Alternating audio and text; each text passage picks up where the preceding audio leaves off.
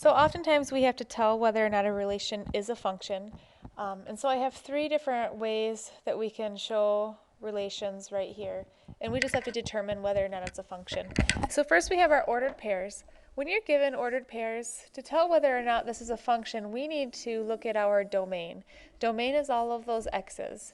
And so with all of these x's, what we are looking for is, do we have any repeating x values?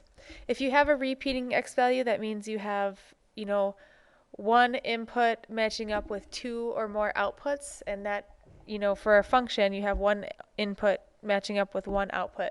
So if you see repeating x's right there, there's enough right there for me to say that one is not a function. If all those x values were different, then yes, it would be a function. On these points that we have plotted below, to tell whether or not this is a function, two things we could do. We could look at the ordered pairs. Here we have a -2, -2. We have a 2, 2. What is this? 1, 2, 3, 4, 5, 1, and 5, -3. When we see all of those points written out like that, we can say, oh, look at that. We have 2 5s in our x values. So that right there are those repeating x's. So this makes this one not a function. And the other thing we have are these graphs on the right.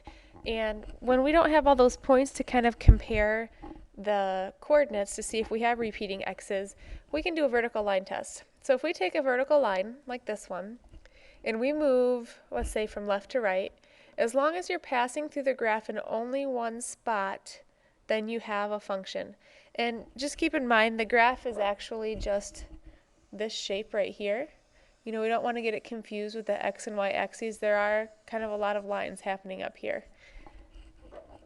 So when we pass this over, it's only passing in one spot, so that means that that is a function.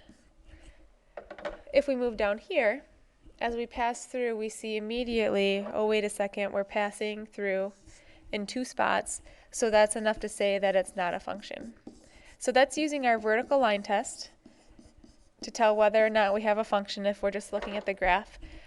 When you have repeating x values, like over here, this would not pass the vertical line test also. Those 2 5s as the x values end up stacked on top of each other like that. So a couple ways to figure that one out.